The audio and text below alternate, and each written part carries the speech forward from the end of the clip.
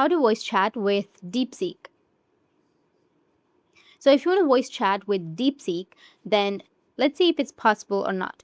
First, if you have your DeepSeek, you need to just simply go and open it, or you can just simply go with your Google and then search for DeepSeek. You can also go with your browser as well.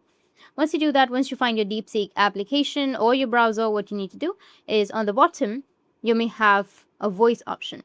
But if you don't find a voice option on the bottom, then it might not be available in your region, because with the newest update, we have the voice chat feature. Or you can also just simply go with the message, and here you can type in, is voice chat available here? And as you can see that it says, I don't support voice chat, I'm only a text model, so you'll need to type your messages. However, the official DeepSeek application does support voice input, which is speech to text, which lets you speak and your words get converted to text for the DeepSeek to read and respond.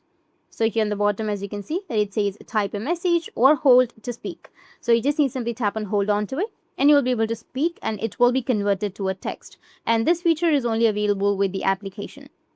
So that's it. And if you have any questions, feel free to comment below. Thanks for watching.